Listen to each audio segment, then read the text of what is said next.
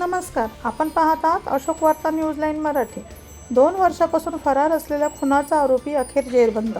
नाशिक गुन्हे शाखेच्या युनिट 2 ने मध्य प्रदेशातील खरगोन जिल्ह्यातून खून प्रकरणातील फरार आरोपीला अटक केली आहे। 2023 मध्ये देवळाली कॅम्प परिसरात झालेल्या हत्येनंतर आरोपी फरार झाला होता। तांत्रिक विश्लेषण आणि गुप्त माहितीच्या आधारे पोलिसांनी मध्य प्रदेशात जाऊन ही मोठी कारवाई केली आहे। नाशिक पोलिसांच्या या धाडसी ऑपरेशनची सध्या सर्वत्र चर्चा चालू आहे।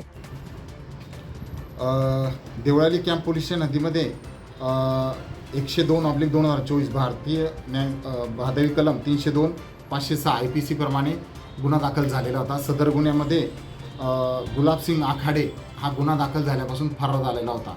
2023 मध्ये ही घटना घडलेली होती, त्याप्रमाणे देवळाली कॅम्पला गुन्हा दाखल होता।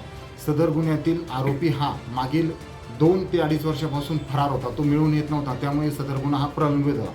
सदर गुन्हा उघडकीस आणण्याबाबत आम्हाला माननीय पोलीस आयुक्त श्री संदीप कर्णिक सर, माननीय DCP crime Shri Kiran Kumar Chavan sir आणि माननीय सहाय्यक पोलीस आयुक्त श्री मिटके सर यांनी आदेशित केले होते की सदर गुन्हा उघडकीस आणायचा आणि सदर गुन्हा उघडकीस आणण्यासाठी आम्हाला योग्य ते मार्गदर्शन केले होते।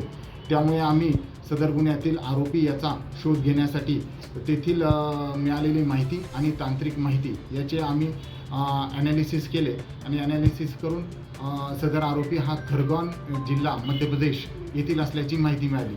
सदरची माहिती आम्ही वरिष्ठांना कळवल्यानंतर मान्य वरिष्ठांच्या पूर्व परवानगीने आमच्या गुन्हे शाखा युनिटचे PSI पठाण साहेब, सोनार साहेब, पोलीस हवालदार नन्नावरे, पोलीस हवालदार सुपेकर आणि पोलीस हवालदार वजिरे अशांचे पथक मध्य प्रदेश येथे खरगोन जिल्हा येथे जाऊन त्या ठिकाणी आरोपीचा शोध घेतला असता PSI पठाण साहेब आणि सोनार यांना मिळालेल्या माहितीच्या अनुषंगाने त्याला चोली पोस्ट मंडलेश्वर, तालुका माहेश्वर, जिल्हा खरगोन मध्य प्रदेश येथून आरोपी नामे गुलाबसिंग आखाडे यास ताब्यात घेण्यात आले असून त्यास पुढील कारवाई कामे देवळाली कॅम्प पोलीस स्टेशन हद्दीमध्ये पोलीस स्टेशनला देण्यात आलेले आहे। तो किती वर्षापासून तिथे राहत होता? तो गुन्हा घडल्यापासून महाराष्ट्रामध्ये गुन्हा घडल्यापासून तो नाशिकमध्ये असताना तिथून मध्य प्रदेशमध्ये गेल्यानंतर त्या ठिकाणी सुमारे 2 वर्ष त्याचं अस्तित्व लपून तो वेगवेगळ्या ठिकाणी वेगवेगळ्या भागात तो राहत होता, त्यामुळे त्याचा ठाव ठिकाणा हा पोलिसांना मिळून येत नव्हता।